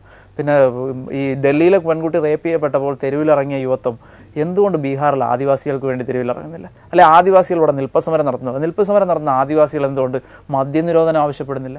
ആ മദ്യനിരോധനം ആവശ്യപ്പെടുന്നവർ എന്തുകൊണ്ട് ആദിവാസികൾക്ക് പിന്തുണ? അങ്ങനെ ഒരു കണക്റ്റഡ് ആയിട്ടുള്ള ഇതൊന്നും ചെയ്യാൻ ഞങ്ങൾക്ക് കഴിയില്ല. ഒരു കാര്യം നിങ്ങൾ ചെയ്യുന്നുണ്ടെന്നുണ്ടെങ്കിൽ ബാക്കിയൊക്കെ നിങ്ങളുടെ ഉത്തരവാദിത്തമാണ്. എല്ലാം നിങ്ങൾ ചെയ്തു കൊള്ളണം. നിങ്ങൾക്ക് വേണ്ട നിർദ്ദേശങ്ങൾ തരാൻ ജനം എന്ന് പറയുന്ന ഞങ്ങളതാണ് ജനമെന്ന് പറഞ്ഞ് അവകാശപ്പെട്ട് ഞങ്ങൾ AC മുറികൾക്കുള്ളിലിരുന്ന് ഞങ്ങൾ നിർദ്ദേശങ്ങൾ തരാം. എന്നാൽ നിങ്ങൾ തന്നെ പ്രതികരിച്ചോളൂ. ഈ പറയുന്ന ഒരു വ്യക്തി പ്രതികരിക്കട്ടെ, ഞങ്ങളൊപ്പം ഉണ്ടാവും കൂടെ. ഒരുപക്ഷെ മറ്റ് വിഷയങ്ങളൊക്കെ തന്നെ ന്യൂ ജനറേഷന് വലിയ താല്പര്യമില്ലാത്തതായിരിക്കാം. ഈ ആദിവാസി പ്രശ്നമോ മറ്റു കാര്യങ്ങളോ ന്യൂ ജനറേഷൻ ഇത്തരത്തിലുള്ള വിഷയങ്ങളിലായിരിക്കും താല്പര്യം. അതുകൊണ്ടായിരിക്കും നിങ്ങളെപ്പോലുള്ളവർ ഇത് ഇത്തരത്തിൽ സംഘടിപ്പിച്ച് മുൻപോട്ട് കൊണ്ടുപോകുന്നതും, അല്ലേ? ഒരിക്കലുമല്ല. ആദിവാസി നിൽപ്പ് സമരം വിജയത്തിലായത് ജാനു ചേച്ചിയുടെ തന്നെ വാക്കുകളിൽ പറഞ്ഞാൽ അത് ആദിവാസി ഇവിടെ നിന്ന് 35 ആദിവാസികളുടെ കരുത്തൊന്നുമല്ല. ആ സമരത്തിന് പിന്നിൽ ഇവിടെ ഒരു വലിയ സമൂഹം അണിനിരുന്നു. ആ അണിനിരുന്ന സമൂഹം ആരാണെന്ന് നമുക്കെല്ലാം അറിയാം. ഈ മധ്യവയസ്കരൊന്നും അല്ലാണെന്ന് അണിനിരുന്ന സമൂഹം. ഇവിടുത്തെ രാഷ്ട്രീയ പാർട്ടികളൊക്കെ അവിടെ വന്ന് ഫോട്ടോയ്ക്ക് പോസ്റ്റ് ചെയ്തിട്ടൊക്കെ പോയതേ ഉള്ളൂ. ആ നിൽപ്പ് സമരത്തിനടക്കം ഇവിടെ ഐക്യദാർഢ്യം പ്രഖ്യാപിച്ചും സ്കൂളുകളും കോളേജുകളും സൈബർ ലോകത്താണ് നിൽപ്പ് സമരം നടന്നത്. അവിടെ നിന്നാണ് സമരത്തിനുള്ള പിന്തുണ ഈ മുഖ്യധാരാ മാധ്യമങ്ങൾ പോലും കണ്ണടച്ചൊരു സമരത്തെ തിരിച്ചു കൊണ്ടുവന്നത്. ഇത് ജാനു ചേച്ചിയുടെ വാക്കാണ്. ഞാൻ പറയാം, ഇത് അതുപോലെ ന്യൂ ജനറേഷന് താല്പര്യമുള്ള സമരങ്ങളെന്ന് മാത്രമല്ല, ഇത് നിലനിൽപ്പിന് വേണ്ടിയുള്ള ഏത് സമരവും അല്ല രാഷ്ട്രീയ കക്ഷിക്ക് വേണ്ടി കൊടി പിടിക്കാനോ ഓഹോ വിളിക്കാനോ ഒന്നും ന്യൂ ജനറേഷന് താല്പര്യമില്ല. അത് സത്യമായ കാര്യമാണ്. അപ്പോൾ അവർക്ക് അവരുടെ ബാധിക്കും, അല്ല ഇവിടുത്തെ പരിസ്ഥിതിയെ ബാധിക്കും. നിലനിൽപ്പിന് വേണ്ടിയുള്ള സമരമാണെന്ന് തോന്നുന്നുണ്ട്. ന്യൂ ജനറേഷൻ അതിൻ്റെ ഭാഗമാകുന്നുണ്ട്. നമ്മളത് കണ്ടുവരുന്നൊരു പ്രവണതയാണ്. അതൊരു പുതിയ രാഷ്ട്രീയത്തിൻ്റെ വരവാണ്. ഈ ചുംബന സമരം സ്ത്രീപക്ഷ സമരമാണ് എന്ന് പറയുകയുണ്ടായി. അങ്ങനെയാണെന്നുണ്ടെങ്കിൽ നിരവധി സ്ത്രീകൾ ഇതിനെതിരെ നിന്നു, വനിതാ സംഘടനകൾ ഇതിനെതിരെ നിന്നു. എന്തുകൊണ്ട് സംഭവിച്ചു? അതാണ് ഞാൻ മുമ്പ് പറഞ്ഞ ഒരേ ഒരു കാര്യം ഞാൻ വീണ്ടും അത് ആവർത്തിക്കുകയാണ്. മാറുമറയ്ക്കൽ സമരം നടന്നപ്പോൾ ഇവിടെ ഒരു ഹിതപരിശോധന നടത്തിയിട്ടുണ്ട്. 95% സ്ത്രീകളും പറഞ്ഞേനെ ഇത് സ്ത്രീയെ അപമാനിക്കുന്നതിന് തുല്യമാണ്, ഞങ്ങൾ മാറുമറയ്ക്കാതെങ്കിൽ നടന്നോളാം. ഇത് നിലനിൽക്കുന്ന ഒരു സദാചാര ബോധമുണ്ട്. അതിൻ്റെ ഭാഗമാണ് ആ സ്ത്രീകളും. ഞങ്ങൾ സംരക്ഷിക്കപ്പെടേണ്ടവരാണ് എന്ന് പറഞ്ഞ് അവരെ പഠിപ്പിച്ചിരിക്കുന്നൊരിതുണ്ട്. ഞങ്ങൾ സംരക്ഷിക്കപ്പെടേണ്ടവരാണ്, ഞാൻ പുരുഷൻ്റെ അടിയിൽ നിന്ന്. ഇവിടുത്തെ മഹിളാ സംഘടനകളുടെയൊക്കെ കാര്യം നമുക്കറിയാം. ഇവിടുത്തെ മഹിളാ സംഘടനകളെ നിയന്ത്രിക്കുന്നത് ആരാണ്? ഇവിടെ ഏത് സ്ത്രീയാണ് സ്വന്തമായിട്ട് തീരുമാനമെടുത്ത ഓരോ രാഷ്ട്രീയ കക്ഷിയിലുമുള്ള സ്ത്രീകളുടെ പ്രാതിനിധ്യം നമുക്ക് നോക്കിയറിയാം. ഈ മന്ത്രിസഭയിലുള്ള പ്രാതിനിധ്യം നോക്കിയാൽ അറിയാം. അതുകൊണ്ട് സ്ത്രീയൊക്കെ ഇവിടെ എല്ലാ പുരോഗമന പ്രസ്ഥാനവും മഹിളാ സംഘടനയും പുരുഷൻ്റെ കീഴിൽ നിർത്തിയിരിക്കുന്ന ഒരു എലമെൻറ്റ് മാത്രമാണ് നമ്മുടെ സ്ത്രീ നേതാക്കളൊക്കെ. അപ്പോൾ ഫെമിനിസത്തിനും ഒരു റിട്ടയർമെൻറ്റ് ഉണ്ടെന്നാണ് നമ്മുടെ സ്ത്രീ കാണിച്ചത്. നമ്മുടെ ഇപ്പോഴത്തെ ന്യൂ ജനറേഷൻ സ്ത്രീകൾ പെൺകുട്ടികൾ കാണിച്ചു തന്നെ. ഞങ്ങളുടെ ശരീരത്തിൻ്റെ അവകാശ പ്രഖ്യാപനം ഞങ്ങൾ നടത്തും, അല്ലാതെ വലിയ പൊട്ട് വിട്ട് കോട്ടൺ സാരിയും എടുത്ത് നിങ്ങൾ സ്ത്രീക്ക് രതിമൂർച്ചയില്ലെന്നുള്ള ഫ്യൂഡോലിയൻ സിദ്ധാന്തവും പ്രചരിപ്പിച്ച് നടക്കുന്നതല്ല ഫെമിനിസം. ഞങ്ങളുടെ രാഷ്ട്രീയമാണ് ഞങ്ങളുടെ ഫെമിനിസം എന്ന് പുതിയ ജനറേഷൻ സ്ത്രീകൾ കാണിച്ചു കൊടുക്കുകയാണ്. അപ്പോൾ അത്തരത്തിലുള്ള ഈ വേഷവിധാനങ്ങളും എല്ലാം തന്നെ പലതരത്തിലുള്ള സദാചാര കൊണ്ട് നടക്കുന്നവർ അവരുടെ ഗുണ്ടാവിളയാട്ടം ഒന്നുകൂടെ വർദ്ധിപ്പിക്കലേ ചെയ്യുന്നത് ഈ വേഷവിധാനവും കാര്യങ്ങളും ഒക്കെ ഇത്തരത്തിൽ അവരുടെ ഈ വേഷവിധാനത്തെ ഉയർത്തി കാണിക്കുമ്പോൾ ഗുണ്ടായിസം വർദ്ധിക്കുന്നു എന്ന് പറഞ്ഞു കഴിഞ്ഞാൽ അതൊരു എന്താ പറയുക, നമ്മുടെ നാട്ടിൽ ഒരു കൊലപാതകിയുണ്ട്, ഒരു റിപ്പർ പോലെ ഒരാൾ, അയാൾ പ്രത്യേക തരമുള്ള ആരെങ്കിലും ഒക്കെ കൊല്ലുമെന്ന് വെച്ചു, സീരിയലായിട്ടുള്ള 10-25 പേരെ കൊന്നു. അങ്ങനെയുള്ള ഒരാളെ നമ്മൾ ആ നാട്ടിൽ നിന്നും അയാളെ പിടിച്ചും, അയാളാണ് ക്രിമിനൽ അവിടെ. അപ്പോൾ ഈ സ്ത്രീയുടെ ആക്രമിക്കുന്നവനാണ് ക്രിമിനൽ, അല്ലെന്നുണ്ടെങ്കിൽ അവനെ റേപ്പ് ചെയ്യണമെന്ന മനസ്സിൽ തോന്നുന്നവനാണ് ക്രിമിനൽ. ആ ക്രിമിനലിനെ പിടിച്ച് മാറ്റണോ അതോ അവിടെയുള്ള ആൾക്കാരെല്ലാം നമ്മൾ ഒഴിപ്പിക്കണം? അത് ഭൂരിപക്ഷത്തിൻ്റെ ന്യൂനപക്ഷത്തിൻ്റെ പ്രശ്നമല്ല. അവിടെ മാനസിക രോഗി ആരാണ് അവർക്കാണ് ചികിത്സ. സമൂഹത്തിനാണ് ഭൂരിപക്ഷത്തിനാണ് മാനസിക രോഗമുണ്ട്, ഭൂരിപക്ഷത്തിനാണ് ചികിത്സിക്കേണ്ടത്. അവിടെ ശരി ആരുടെ പക്ഷത്ത്? സ്ത്രീക്ക് അവിടെ സ്വാതന്ത്ര്യമുണ്ട്, വസ്ത്രധാരണത്തിനുള്ള സ്വാതന്ത്ര്യം സ്ത്രീക്കുണ്ട്. സ്ത്രീ വസ്ത്രം ധരിച്ചത് കൊണ്ടാണ് റേപ്പ് നടന്നതെന്നൊക്കെ പറയുന്നത് ഒരു ശരിക്കും വളരെ അപരിഷ്കൃതമായ ഒരു സമൂഹത്തിൻ്റെ ഒരു മതമൗലികവാദത്തിൻ്റെ ഭാഗമാണ്. അല്ലേ? യേശുദാസ് പറഞ്ഞില്ലേ പെൺകുട്ടികളെ ജീൻസ് ധരിച്ച് നടക്കുന്നതിനെതിരെ? ദാസേട്ടൻ പറഞ്ഞതിന് നമ്മൾ വളച്ചൊടി ഒരുപാട് ഇതിൽ വ്യാഖ്യാനിക്കേണ്ട. ദാസേട്ടൻ അതൊരു വലിയ കാരണം ഒരു വീട്ടിൽ നമ്മുടെ മുത്തശ്ശന്മാർ പറഞ്ഞൊരു കാര്യമായിട്ടൊക്കെ കൂട്ടിയാൽ മതി. എന്ന് വെച്ചാൽ അത് ശരിക്കും സ്ത്രീ വിരുദ്ധമായ പ്രതികരണം തന്നെയാണ്. അതിലെ പൊളിറ്റിക്സ് അവിടെ ഉണ്ട്, സ്ത്രീ വിരുദ്ധം. പിന്നെ ദാസേട്ടനെ കടന്നാക്രമിക്കേണ്ട എന്നുള്ളത്, ദാസേട്ടൻ ഒരു തലമൂത്തൊരാൾ, ദാസേട്ടൻ പാടി ഒരുപാട് പാട്ട് നമ്മളെ സംഗീതത്തിലെ നമുക്ക് ബഹുമാനിക്കുന്ന ഒരാളാണ്. അപ്പം ദാസേട്ടൻ പറഞ്ഞതിന് ഒരു വീട്ടിലൊരു മുത്തശ്ശൻ പറഞ്ഞതുപോലെ കണ്ടാൽ മതി, അല്ല അതിലെ സ്ത്രീ വിരുദ്ധത ഏറ്റെടുക്കണമെന്നല്ല. മുത്തശ്ശന്മാർ പറയുന്ന പല കാര്യങ്ങളും നമ്മൾ ഈ ചെവി കൂടെ കേട്ട അപ്പുറത്തൂടെ കളയാറുണ്ട്, മുത്തശ്ശനെ തിരിച്ച് തെറി പറയാറില്ല. അതുപോലെ ഇതിലേ കൂടെ കേട്ട അപ്പുറത്തൂടെ കളഞ്ഞാൽ മതി. അങ്ങനെ വരുമ്പോൾ ഈ യേശുദാസിനെ പോലെ വലിയ പേരൊന്നും എടുക്കാത്ത ഒരു സാധാരണ നമ്മുടെ ഗ്രാമപ്രദേശങ്ങളിൽ ഒരു മുത്തച്ഛൻ പറയുകയാണ് മകനെ ചുംബിക്കുന്നത് ഇങ്ങനെ പരസ്യമായിട്ട് വേണ്ടാന്ന് പറഞ്ഞാൽ എന്ത് ചെയ്യും? ഒന്ന്, നമ്മൾ സ്നേഹത്തോടെ പറയുന്നവരെ നമുക്ക് അതിൻ്റെ കാര്യങ്ങൾ പറഞ്ഞ് മനസ്സിലാക്കാൻ മാക്സിമം ശ്രമിക്കുക. അതിൽ നിന്നും അവർ മനസ്സിലാകുന്നില്ല എന്നുണ്ടെങ്കിൽ ഈ പറഞ്ഞതുപോലെ തന്നെ നമ്മൾ ഒരു സൈഡിൽ കൂടെ കേൾക്കുക, മറ്റേ സൈഡിൽ കൂടെ കളയുക. ശരി മുത്തശ്ശ എന്ന് പറഞ്ഞു ബഹുമാനിക്കണം, പ്രായമുള്ളവരെ നമ്മളെ ബഹുമാനിക്കണം. അവരെ എതിർത്ത് അന്നേരം അവഹേളിക്കുകയല്ല, പറഞ്ഞ് സ്നേഹത്തിൻ്റെ ഭാഷയിൽ പറഞ്ഞ് മനസ്സിലാക്കാൻ ശ്രമിക്കാം. മനസ്സിലാകുന്നില്ലെന്നുണ്ടെങ്കിൽ അവഗണിക്കുക എന്നുള്ളത് മാത്രം. അപ്പം ഇതാണ് വഴി, പുതുതലമുറയുടെ വഴി ഇതാണ് എന്നാണല്ലേ? ഞങ്ങൾക്ക് വ്യക്തമായ ബോധമുണ്ട്, ഇത് ശരിയാണെന്നുള്ള വ്യക്തമായ ബോധമുള്ളത് കൊണ്ടാണ് ഞങ്ങൾ ഇത് തിരഞ്ഞെടുത്തിരിക്കുന്നത്. അല്ലാതെ ഇതിൽ ഞങ്ങൾക്ക് യാതൊരു 1% ഇതിലൊരു തെറ്റുണ്ട് എന്നൊരു ബോധം ഉണ്ടെന്നുണ്ടെങ്കിൽ ഞങ്ങളാരും ഇതുമായിട്ട് മുമ്പോട്ട് പോകില്ല. ഞങ്ങൾക്ക് ശരിയായ ബോധമുണ്ട് ഇത് ശരിയാണ് എന്ന്. അതുകൊണ്ട് തന്നെയാണ് ഇതുമായിട്ട് മുമ്പോട്ട് പോകുന്നത്. അപ്പം ഞങ്ങളുടെ ശരി, ഞങ്ങൾക്ക് പൂർണ്ണമായും ബോധമുള്ളൊരു കാര്യത്തെ മറ്റൊരാളുടെ ഉപദേശങ്ങൾ സ്വാധീനിക്കില്ല ഒരിക്കലും. എത്ര ഈ പെണ്ണെഴുത്തുകാർ നിങ്ങളെ ഇതിനകത്ത് അനുകൂലിച്ചു? എഴുത്തുകാരൊക്കെ ഒരുമാതിരി എല്ലാവരും അനുകൂലിച്ചു. എതിർത്തവരുമില്ലേ? എതിർത്ത സ്ത്രീ എഴുത്തുകാരെയൊന്നും എനിക്ക് അധികം പേരെടുത്ത് പറയത്തക്ക രീതിയിൽ ആരെയും ഓർമ്മ വരുന്നില്ല. സ്ത്രീ എഴുത്തുകാരികളെല്ലാം ഒരുമാതിരി എല്ലാവരും, KR മീര, സതി അങ്കമാലി, രേഖാരാജ്, ദീദി ദാമോദരൻ, അങ്ങനെ എഴുത്തുകാരൊക്കെ, സ്ത്രീ എഴുത്തുകാരൊക്കെ, തനുജ ഭട്ടതിരി, എഴുത്തുകാരൊക്കെ ഒരുമാതിരി എല്ലാവരും അതിൻ്റെ രീതിയിൽ തന്നെയാണ്. അങ്ങനെ പ്രതികരിച്ചിട്ടുണ്ടെങ്കിൽ ഇവർ പരസ്യമായിട്ട് എന്തുകൊണ്ട് ആ വേദിയിൽ വന്നില്ല എന്നുള്ളത്? അല്ല, സമരത്തിൻ്റെ ഭാഗമാകുന്നതും സമരത്തിന് അനുകൂലം പ്രഖ്യാപിക്കുന്നതിന് രണ്ടാണ്. അവരൊരിക്കലും സമരം ചെയ്യാനൊന്നും തയ്യാറാവുന്നില്ല. അതൊരു പറയാൻ എളുപ്പമാണ്. അല്ല, അങ്ങനെയല്ല. പൊളിറ്റിക്കൽ നിലപാടുകൾ അത് പറയാൻ എളുപ്പമായതുകൊണ്ടൊന്നുമല്ല. ഇപ്പം അങ്ങനെ ഉണ്ടെന്നുണ്ടെങ്കിൽ നമ്മൾ വളരെ നേതാക്കളെ, നിങ്ങളെന്തുകൊണ്ട് നേതാക്കന്മാർ റോഡിൽ പോയി തല്ലുകൊണ്ടില്ലെന്നൊക്കെ ചോദിക്കുന്നതാണ്. നിലപാടുകൾ തന്നെയാണ്. ആ നിലപാടുകൾ ഒരുപാട് പേരെ സ്വാധീനിക്കും. ആ നിലപാടുകൾ അവർ പറയുമ്പോൾ ശരിയാണെന്ന് വലിയ വേറൊരു വിഭാഗം ചിന്തിക്കും. എന്നാൽ അവരൊരിക്കലും സമരത്തിന് റോഡിൽ തല്ലുകൊള്ളാൻ വന്നില്ല എന്നതുകൊണ്ട് അവർ ഒളിച്ചു മാറിയാണെന്നും പറയാൻ പറ്റില്ല. അവരവരുടെ നിലപാട് തുറന്നു പറയാനുള്ള ഒരു ധൈര്യം കാണിച്ചവരാണ്. പലരും ചെയ്യാതിരുന്ന കാര്യം ചെയ്തവരാണ്. അവർക്ക് വ്യക്തമായ രാഷ്ട്രീയമുള്ളവരാണ്. അതുകൊണ്ടാണ് ഈ പലപ്പോഴും ഈ ഒരു ആണും പെണ്ണും പട്ടണ പ്രദേശങ്ങളിൽ സംസാരിക്കുമ്പോൾ അത് പട്ടണത്തിലാകുമ്പോൾ ആരെയും ശ്രദ്ധിക്കാൻ സാധിക്കത്തില്ല. ഇതിനകത്ത് ഏറ്റവും കൂടുതൽ ശ്രദ്ധിക്കപ്പെടുന്നത് പലപ്പോഴും ഗ്രാമപ്രദേശങ്ങളാണ്. ഏതെങ്കിലും ഒരു ഗ്രാമപ്രദേശം നിങ്ങൾക്ക് ഇത്തരത്തിലൊരു ചുംബനത്തിൻ്റെ വേദിയാക്കി മാറ്റാൻ പറ്റുമോ? അത് ഒരു ക്വസ്റ്റ്യൻ ആണെന്ന് വെച്ചാൽ അത് എത്രത്തോളം നമ്മുടെ സമൂഹം പക്വമായിട്ടുണ്ട് എന്നുള്ള. നമ്മുടെ സദാചാര ഗുണ്ടായിസം ഏറ്റവും കൂടുതൽ നടക്കുന്നതും ഗ്രാമപ്രദേശങ്ങളിലാണ്. ചുംബനത്തിൻ്റെ വേദിയായതുകൊണ്ട് ആ ഗ്രാമം മാറത്തൊന്നുമില്ല. ചുംബനത്തിൻ്റെ വേദിയാക്കുക എന്ന് പറഞ്ഞാൽ അത് വലിയ കാര്യമൊന്നുമില്ല. ഞങ്ങൾ കോഴിക്കോട് ഇതേപോലെ തന്നെ ഞങ്ങൾ സമരം ചെയ്യാൻ 50 പേരുണ്ടെന്നുണ്ടെങ്കിൽ അവിടെ സമരം നടക്കും. അത് തല്ലാൻ, ആൾക്കൂട്ടത്തിൽ നിന്ന് തല്ലാൻ ആർക്കും കഴിയും. തല്ലും ലഭിക്കും എന്നറിഞ്ഞുകൊണ്ട് ധീരതയോടെ ആൾക്കൂട്ടത്തിന് മുന്നിലേക്ക് ഇറങ്ങുന്നവൻ്റെ ധീരതയാണ് ലോകത്ത് മാറ്റങ്ങൾ ഉണ്ടാക്കിയിരുന്നത്. അതൊരു വെല്ലുവിളിയുടെ ഒന്നും ആവശ്യമില്ല. അത് ഏത് സമരം, നമ്മളിപ്പോൾ സമരം നടത്തണമെന്നൊരു സ്ഥലത്തൊന്ന് തീരുമാനിച്ചാൽ അവിടെ സമരം നടക്കും. അതിനകത്ത് ഇപ്പം ഒരു വലിയ ഭീഷണിയോ അതിനകത്തൊരു വലിയ അതിർവരമ്പോ ഒന്നുമില്ല. ആ സമരം എവിടെ നടക്കുന്നു എന്നത് പ്രസക്തമാണ്. പക്ഷേ ആ സമരത്തെ ഉൾക്കൊള്ളാൻ എത്രത്തോളം നമ്മുടെ ആ സമരം നടക്കുന്ന സ്ഥലത്തെ സമൂഹം പ്രാപ്തമായിട്ടുണ്ട്. ആ സമരം അവിടെ നടക്കുന്നതുകൊണ്ട് നമുക്ക് എന്ത് പ്രയോജനമാണ് ഉണ്ടാകുക? വ്യക്തിപരമായിട്ടുള്ള പ്രയോജനമല്ല, ഒരു സംഘടന എന്ന രീതിയിൽ, അല്ലെന്നുണ്ടെങ്കിൽ ഒരു കോസ് എന്ന രീതിയിൽ, അല്ലെങ്കിൽ ഈ മൂവ്മെൻറ്റിന് എന്ത് ഗുണമാണ് ഉണ്ടാകുന്നത്? അല്ല വെറുതെ കുറേ സമരങ്ങൾ നടത്തിയതുകൊണ്ട് കാര്യമില്ല. ഒരു ഗ്രാമപ്രദേശത്ത് നടക്കുന്നതുകൊണ്ട് വ്യക്തമായി അതിന് അടുത്ത പടി മുന്നോട്ട് പോകാൻ കഴിയുമെന്നുണ്ടെങ്കിൽ അടുത്ത ഗ്രാമപ്രദേശങ്ങളിൽ നടക്കും. ഈ സദാചാരത്തിൻ്റെ പേരിൽ ഇത്തരത്തിലുള്ളൊരു ഗുണ്ടാവിളയാട്ടത്തിനെ നേരിടാൻ ഇത് തന്നെ പറ്റുള്ളായിരുന്നു. നമ്മൾ കുറച്ച് മെഴുകുതിരിയൊക്കെ കത്തിച്ചൊരു ജാഥ നടത്തിയിരുന്നുണ്ട്. ഇവിടെയുള്ള സദാചാര ഗുണ്ടകളൊക്കെ അതിൻ്റെ കൂടെ ഒരു മെഴുകുതിരിയും കത്തിച്ച് പിടിച്ച് കൂടാണെന്നതിന്. സദാചാര ഗുണ്ടകളെന്ന് പറയുമ്പോൾ നമ്മൾ കാണുന്നൊരു ഇതുണ്ട്, നമ്മൾ മനസ്സിൽ വിചാരിക്കുന്ന ഏതോ പ്രാകൃതരായ കള്ളിമുണ്ടൊക്കെ ഇവിടുത്തെ വീശയൊക്കെ പിടിച്ച് വീഡിയൊക്കെ വലിച്ചു വരുന്നൊരു ഗുണ്ടാണ്. അതൊന്നുമല്ല. കേരളത്തിലെ സദാചാര ഗുണ്ടകളെന്ന് പറഞ്ഞാൽ ഇവിടുത്തെ അധ്യാപക സമൂഹം. ഏറ്റവും കൂടുതൽ മോറൽ പോലീസിങ് നടക്കുന്ന സ്കൂളുകളിലെ സ്റ്റാഫ് റൂമുകളിലാണ്. ഇവിടുത്തെ പരിഷ്കൃതമായ വിദ്യാസമ്പന്നരായ ഒരു സമൂഹമാണ് ഇവിടുത്തെ സദാചാര ഗുണ്ടകൾ. ഈ ഗുണ്ടായിസം കാണിക്കാൻ റോഡിലാകുന്ന ഒരു മഞ്ഞുമലയുടെ ഏറ്റവും അറ്റമാണ്. അതിൻ്റെ വേരുകൾ അടിയിലേക്ക് പാഴ്ന്നു കിടക്കണം. ഒരു ഭൂരിപക്ഷ സമൂഹം ഇവിടെ ധാർമ്മികമായിട്ട് അവനതിനുള്ള അവകാശമുണ്ട്. ഒരു പെണ്ണുമാണും കൂടെ നടന്നു പോയി കഴിഞ്ഞാൽ ചോദ്യം ചെയ്യണമെന്നുള്ള ഒരു അവകാശമുണ്ടെന്ന് ചിന്തിക്കുന്ന ഒരു വലിയ പരിഷ്കൃത സമൂഹം ഉണ്ട്. അവരാണ് അപകടകാരികൾ. അവർക്ക് പൊള്ളിയാൽ മാത്രമേ അവർ പ്രതികരിക്കൂ. അവർക്ക് പൊള്ളിയാൽ മാത്രമേ അവർക്ക് പുനർചിന്തനത്തിന് അവർക്ക് ഒരു ശതമാനമെങ്കിലും സാധ്യതയുള്ളൂ. അപ്പോൾ അധ്യാപകരാണ് പ്രധാന പ്രതിയോഗികൾ. അല്ല, അധ്യാപകരെന്നല്ല, ഒരിക്കലും ഞാൻ അങ്ങനെ പറഞ്ഞിട്ടില്ല. ഈ ഒരു ഭൂരിപക്ഷ സമൂഹമുണ്ട്. ധാർമ്മികമായി ഞങ്ങൾക്ക് സദാചാരം സംരക്ഷിക്കാനുള്ള അവകാശമുണ്ട്. ഞാൻ എക്സാമ്പിൾ പറഞ്ഞത് ഗ്രാമപ്രദേശം.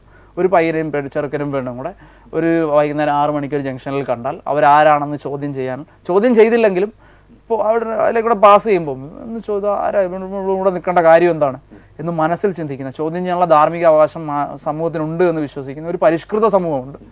ആ സമൂഹത്തിൻ്റെ ധാർമ്മികതയാണ് ചോദ്യം ചെയ്യേണ്ടത്. അല്ലാതെ ഗുണ്ടായിസം കാണിക്കുന്നത് പിടിച്ച് നമ്മൾ ജയിലിൽ കൊണ്ടിട്ടാൽ, നിയമം കൊണ്ട് ജയിലിൽ കൊണ്ടിട്ടാൽ നാളെ പുതിയ 4 ഗുണ്ടകൾ ഉണ്ടായി വരും. ഈ വലിയ സമൂഹത്തിൽ നിന്ന് ലക്ഷങ്ങളുണ്ട് ആ സമൂഹത്തിൽ. അതിൽ നിന്നും 4 പുതിയ ഗുണ്ടകൾ വീണ്ടും ഉണ്ടായി വരും. അപ്പോൾ ചികിത്സ ആവശ്യമുള്ളത് ആ റൂട്ടിനാണ്. അവിടെ നിന്ന് ചികിത്സിച്ച് തുടങ്ങിയാൽ മാത്രമേ മേളിലേക്ക് വരുള്ളൂ. ഞാൻ അധ്യാപകരുടെ കാര്യം പറഞ്ഞത്, ഞാൻ കേരളത്തിലുള്ള പല കോളേജിലും സ്കൂളിലും അധ്യാപകരുമായിട്ട് ഈ സമരത്തിന് ശേഷം സംസാരിച്ചതിൽ നിന്ന് എൻ്റെ അറിവിൽ നിന്ന് പറഞ്ഞു. ഞാൻ സ്കൂളിൽ പഠിച്ച അറിവിൽ നിന്നോട് അവരിൽ നിന്ന് പിന്തുണയാണ് ലഭിച്ചത്. അധ്യാപകർ ഇൻഡിവിജ്വലായിട്ട് ഞാൻ പറഞ്ഞില്ലേ, അധ്യാപകർ ഈ സമരത്തെ അനുകൂലിച്ച് സംസാരിച്ചതിന് സ്റ്റാഫ് റൂമുകളിൽ ഒറ്റപ്പെട്ട അധ്യാപകരാണ് എന്നോട് പറഞ്ഞത്. ഇപ്പോൾ ഏറ്റവും കൂടുതൽ ഇപ്പോൾ ഒരു പയ്യനും പെണ്ണും ക്ലാസ്സിൽ സംസാരിച്ചു, ഒരു കുട്ടി ആൺകുട്ടിയും പെൺകുട്ടിയും, നമ്മുടെ ഭൂരിപക്ഷ അധ്യാപക സമൂഹം എന്താ ചെയ്യുന്നത്? ഒരു സ്റ്റാഫ് റൂമിലേക്ക് വിളിക്കുക, എന്താണ് നിങ്ങൾ തമ്മിൽ സംസാരിച്ചതെന്ന് ചോദ്യം ചെയ്യുക. അവിടാണ് മോറൽ പോലീസിങ്ങിന്റെ തുടക്കം. സ്കൂളുകളെന്ന് പറഞ്ഞാൽ വെറും വിദ്യാഭ്യാസം പകർന്നു കൊടുക്കുക, അവിടെ വ്യക്തി നിർമ്മിതിയാണ് നടക്കുന്നത്. അവിടെ നിന്നാണ് ഈ മോറൽ പോലീസ് കുടുംബങ്ങളെക്കാൾ കൂടുതൽ നമ്മുടെ സ്കൂളുകളിലെയും കോളേജുകളിലെയും സ്റ്റാഫ് റൂമുകളിൽ നടക്കുന്നുണ്ട് മോറൽ പോലീസിംഗ് എന്നാണ് ഞാൻ പറഞ്ഞത്. അപ്പോൾ ഈ അധ്യാപകരുടെയൊക്കെ തന്നെ പഴയ രീതി, ഒരു ശാസന രീതിയൊക്കെ മാറ്റേണ്ടിയിരിക്കുന്നു എന്നുള്ളതുകൂടിയാണ് നിങ്ങൾ സൂചിപ്പിക്കുന്നത്. ശാസന നല്ലതാണ്, ശാസിക്കേണ്ടത് എന്തിന് എന്നുള്ളതാണ്. ഇപ്പം നമ്മൾ 3.5 വയസ്സുള്ള ഒരു കുട്ടിയെ കൊണ്ട് LKG ഇരുത്തുമ്പോൾ അവനെ പിരിച്ച് 2ആയിട്ട് ഇരുത്തുകയാണ്. ആൺകുട്ടി ഈ സൈഡ്, പെൺകുട്ടി ഈ സൈഡ്, അതിനിടയിൽ ഒരു 1.5 മീറ്റർ ഗ്യാപ്പ് ഉണ്ടാവും. അപ്പോൾ അവിടെ നിന്നും അവൻ്റെ 3.5 വയസ്സുള്ള കുഞ്ഞിൻ്റെ അല്ലെ സ്ത്രീയുടെ അല്ലെ ആണായാലും കുട്ടിയെ അവൻ്റെ തലയിലേക്കൊരു ഇത് ഇഞ്ചക്ട് ചെയ്യുമ്പോൾ, സ്ത്രീ ഇത് തൊടാൻ പാടില്ലാത്ത എന്തോ സാധനമാണ്, ഇതിനെ ഇങ്ങനെ മാറ്റിയിരുത്തണം, ഇത് സ്പർശനം പോലും നിഷേധിച്ചൊരു സാധനമാണ്. അപ്പം അവിടെ നിന്നും അവൻ്റെ ഒരു പേഴ്സണാലിറ്റി ബിൽഡ് ചെയ്ത് തുടങ്ങുകയാണ്. സ്ത്രീ എന്നുള്ള ഇതിനെ എന്തെങ്കിലും മൂടി വെക്കുന്നതോടെ നമുക്കത് കാണാനുള്ള ഇത് മാനുഷികമാണത്, കാണാനുള്ള അതിനെ ഒന്ന് തൊടാനുള്ളതൊക്കെ ആർത്തി വർദ്ധിക്കുകയാണ്. ആ ഫ്രസ്ട്രേഷനാണ് അവസാനം ഒരു പീഡനത്തിൻ്റെയും റേപ്പിൻ്റെയൊക്കെ രൂപത്തിൽ പുറത്തു വരുന്നത്. അവരെ സഹജീവികളായിട്ട് പെരുമാറാൻ അനുവദിച്ചാൽ അവിടെയാണ് റൂട്ട് പ്രശ്നങ്ങൾ തന്നെ. അവിടെ നിന്നും അതിന് മാറ്റം വരുത്താൻ കഴിയുള്ളൂ. ഇതിൽ നിന്നൊക്കെ മാറി നിന്നുകൊണ്ട് താങ്കൾ ഈ സമരത്തിൻ്റെ ഒരു നായക സ്ഥാനത്ത് നിന്ന് മാറി നിന്നുകൊണ്ട് ഒരു കാര്യം ആലോചിച്ചിട്ട് പറയുക. അതായത് നമ്മുടെ പാതവക്കിലൊക്കെ തന്നെ ഇനിയിപ്പോൾ ഈ ആൾക്കാർ നിന്ന് ചുംബിക്കുന്ന ഒരു രംഗം കാണേണ്ടി വന്നാലുള്ള സ്ഥിതി. കാണേണ്ടി വരില്ല, അത് സമരം അതിനുള്ള ആയിരുന്നില്ല, അതുകൊണ്ട് അത് കാണേണ്ടി വരില്ല. അല്ല, സ്വാതന്ത്ര്യം കൊടുത്തു കഴിഞ്ഞു, പ്രഖ്യാപിച്ചു കഴിഞ്ഞു. സ്വാതന്ത്ര്യം പ്രഖ്യാപിച്ചത് 1947-ലാണ്. അതിനപ്പുറത്തെ സ്വാതന്ത്ര്യം വേണമെന്നാണ് പലപ്പോഴും പറഞ്ഞില്ല. ആരും പറഞ്ഞില്ല അങ്ങനെ സ്വാതന്ത്ര്യം വേണമെന്ന് ആരും പറഞ്ഞില്ല. ആ സ്വാതന്ത്ര്യം ഇവിടെ ഉണ്ട്, ചുംബിക്കാനുള്ള സ്വാതന്ത്ര്യം ഇവിടെ ഉണ്ട്. അപ്പൊ അതിനർത്ഥം എല്ലാവരും പരസ്യമായി നടന്ന് ചുംബിക്കുള്ളൂ. ഇനി അഥവാ ഒരു പാർക്കിലോ ബീച്ചിലോ ഒക്കെ പോകുമ്പോൾ ആർക്കെങ്കിലും ചുംബിക്കണമെന്ന് പറഞ്ഞാൽ ചുംബിക്കട്ടെ, അതിലെന്താ കുഴപ്പം? അങ്ങോട്ട് കാണുമ്പോൾ നോക്കാതിരിക്കുക, അല്ല നോക്കിയാൽ തന്നെ അതിന് സന്തോഷത്തോടെ നോക്കിയിട്ട് നടന്നു പോവുക, അതാണ് വേണ്ടത്. അല്ല, അത് ഉൾക്കൊള്ളാൻ നമ്മുടെ കേരളത്തിന്റെ മനസ്സ് മാറിയോ? മാറണം, നമ്മൾ മാറണം. ഒരു ദിവസം കൊണ്ട് മാറില്ല. മാറുമോ? മാറും. ഒരു തലമുറ വരട്ടെ, ഒരു 20, 25, 30 വർഷം കൊണ്ട് നമ്മൾ മാറും. നമ്മൾ ഈ ചെയ്ത ഇന്റർവ്യൂ റെക്കോർഡറാണല്ലോ. നമ്മളൊരു 30 വർഷത്തിന് ശേഷം നമ്മൾ കാണുമ്പോൾ നമ്മൾ തോന്നുന്നു ഇന്ന് ഇതിനെക്കുറിച്ചൊക്കെ നമ്മൾ ഇത്ര വലിയ കാര്യമായിട്ട് ചർച്ച ചെയ്തു. ഒരു 30 വർഷം മുമ്പ് ഒരു സ്ത്രീക്ക് ജീൻസ് ഇട്ടുകൊണ്ട് ഇത് തിരുവനന്തപുരം പോലുള്ള നഗരത്തിൽ കൂടെ ഇറങ്ങി നടക്കാൻ പറ്റുമായിരുന്നു. അവൾ എന്ത് പരിഹാസ്യത്തോടെ നമ്മൾ നോക്കുമായിരുന്നു. മോഡേൺ വസ്ത്രധാരി അവൾ വന്നേക്കുന്ന എവിടുന്നു. ഇന്ന് നമുക്കതൊരു ഒന്നുമല്ല, അത് കാര്യമായിട്ട് തോന്നുന്നു. അതുപോലെ തന്നെ അത് മാറും. അല്ല, ഈ മലയാളികളെ സംബന്ധിച്ചിടത്തോളം പെട്ടെന്ന് മാറ്റാൻ കഴിയുമെന്ന് താങ്കൾക്ക് തോന്നുന്നുണ്ട്. കാരണം ഈ ഒളിഞ്ഞുനോട്ടം നമ്മളൊരു പാപ്പരാസി സംസ്കാരത്തിന്റെ ഭാഗമാണ്. നമ്മൾ മലയാളികളുടെ സംസ്കാരം തന്നെ അതാണ്. ഒളിഞ്ഞു ക്യാമറ, അതൊക്കെയാണ് നമുക്ക് ഏറ്റവും താല്പര്യമുള്ളത്. ആ ഒളിഞ്ഞുനോട്ടം കൊണ്ടാണല്ലോ ഈ സമരം കാണാൻ ഇത്രയും പേര് വരുന്നത് തന്നെ. അത് മാറും. ഞാൻ ഒരു തലം നെഹ്റുവിന്റെ തന്നെ വാക്ക് പറഞ്ഞ easy to build a new child rather than repairing a broken men. അപ്പോൾ ഒരു തലമുറ മാറി വരുമ്പോൾ ഇന്ന് 20, 17, 18, 19, 20, 21 വയസ്സുള്ള ഇന്ന് ചൈനയിലേക്കാൾ കൂടുതൽ നമ്മൾക്കുണ്ട് ജനസംഖ്യ 15 വയസ്സിനും 25 വയസ്സിനും ഇടയിലുള്ളവർ. അപ്പം അങ്ങനെ ഒരു തലമുറ അടുത്ത തലമുറയായിട്ട് വരട്ടെ, അവർ 20 വർഷം കഴിഞ്ഞ് അവരൊരു അച്ഛനും അമ്മയൊക്കെ ആവുന്നൊരു തലമുറ വരും, അവരുടെ മക്കളെ അവർ വളർത്താൻ പോകുന്നുണ്ട്. മാറും, അത് മാറാം. ഈ ചിന്തയുള്ളവർ ഇന്നും എനിക്കറിയാം, എൻ്റെ മുത്തശ്ശി അടക്കം പിന്നെ ഗ്രാമപ്രദേശങ്ങളിലുള്ളവർ ഇന്നും ജീൻസ് ഇട്ട പെണ്ണിനെ കണ്ടാൽ എന്ത് ഡ്രസ്സാണ് ഇട്ടേന്ന് പറയും. അത് പക്ഷേ അത് ന്യൂനപക്ഷമായി ഒതുങ്ങി. ഭൂരിപക്ഷം അത് മാറും. ഒരു ഇപ്പം ന്യൂനപക്ഷമായി നിൽക്കുന്നത് വളർന്നൊരു ഭൂരിപക്ഷവും ഇപ്പം ഭൂരിപക്ഷമായി നിൽക്കുന്നത് ചെറുതായി ന്യൂനപക്ഷമാവുന്നൊരു പ്രോസസ്സ് കുറച്ച് കാലങ്ങൾ കൊണ്ട് നടക്കും.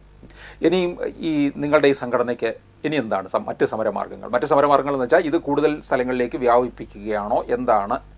ഉറപ്പായിട്ടും ഇത് ഒരു പ്ലാറ്റ്ഫോമാണ്. വെച്ചാൽ ഒരു ഇപ്പം ലിംഗസമത്വം, സ്ത്രീ സ്വാതന്ത്ര്യം എന്നൊക്കെ പറയുന്ന, സ്ത്രീയെ തുല്യ ശക്തിയായി കാണുന്ന, ലൈംഗിക ന്യൂനപക്ഷങ്ങളെ ആക്രമിക്കാത്ത, ഒളിഞ്ഞു നോട്ടക്കാരില്ലാത്ത ഒരു സമൂഹത്തിന് വേണ്ടിയുള്ള സമരങ്ങളുടെ ഒരു പ്ലാറ്റ്ഫോമാണിത്. അപ്പോൾ ഈ പ്ലാറ്റ്ഫോമിൽ നിന്ന് ഞങ്ങൾ അഡ്രസ്സ് ചെയ്യാൻ ഉദ്ദേശിക്കുന്ന ഒരുപാട് ഈ പറഞ്ഞ പ്രശ്നങ്ങളിലെല്ലാം ഇപ്പം ആർത്തവത്തിൻ്റെ പേരിൽ നമ്മൾ കണ്ടു സെസിൽ പെൺകുട്ടികളെ പരിശോധിച്ചു. അതിനെതിരെ നമ്മൾ തന്നെയാണ് ഞങ്ങൾ കിസ് ഓഫ് ലവിൻ്റെ സംഘാടകർ തന്നെ ആഹ്വാനം ചെയ്തൊരു സമരമാണ് നാപ്കിൻ അയച്ചു കൊടുക്കുക എന്നുള്ളത് അയാളുടെ അതിൻ്റെ MD-യുടെ ഓഫീസിലേക്ക്. അങ്ങനെയുള്ള പല വ്യത്യസ്തമായ സമരങ്ങളിൽ കൂടെ ഇത് മുമ്പോട്ട് പോകുക തന്നെ. ഇതൊരു നമ്മൾ 1947 തലേ ദിവസം നടന്നൊരു വലിയ ലഹള കൊണ്ടല്ല ഇവിടെ സ്വാതന്ത്ര്യം ഉണ്ടായത്. അതൊരു ചെറുതും വലുതുമായ അനേകം സമരങ്ങളുടെയും വികേന്ദ്രിതമായ ചിലപ്പോൾ ഒരുപക്ഷെ ഒന്നിൽ കൂടുതൽ തലമുറകളുടെയൊക്കെ ഒരു ഇടപെടലിൽ കൂടെ മാറ്റം വരേണ്ട ഒരു സാമൂഹ്യ വ്യവസ്ഥിതിക്ക് വേണ്ടിയുള്ള ഒരു സമരമാണ്. അപ്പോൾ അത് ആ കാലഘട്ടം കൊണ്ടേ മാറുള്ളൂ. അത് മുമ്പോട്ട് പോയിക്കൊണ്ടിരിക്കുക തന്നെ, ഇത് അവസാനിച്ചു പോകുന്നില്ല. ഉയർത്തിവിട്ടൊരു അലയൊടി ഞാനുണ്ടാവും, അതിൻ്റെ ആ അലയിലേറി പല പല സമരങ്ങളുമായിട്ട് ഇത് മുമ്പോട്ട് പോവുക തന്നെ ചെയ്യും. ഈ നിങ്ങളുടെ ഒരു മുന്നേറ്റത്തിലൂടെ ഇപ്പോൾ സദാചാര അതിൻ്റെ പേരിലുള്ള ഗുണ്ടാവിളയാട്ടം കുറഞ്ഞിട്ടുണ്ടെന്ന് തോന്നുന്നുണ്ടോ? ഉറപ്പായിട്ടും കേരളത്തിൽ ഇനിയൊരു സദാചാര ഗുണ്ടായിസം നടത്തുന്നവനൊന്ന് ഭയക്കും. ഇനി ഗതികേട് കൊണ്ടെങ്കിലും ഇവിടുത്തെ എല്ലാ രാഷ്ട്രീയ പാർട്ടികൾക്കും അല്ലെങ്കിൽ എല്ലാ സംഘടനകൾക്കും സദാചാര ഗുണ്ടായിസത്തെ തെള്ളി പറയേണ്ടി വന്നു.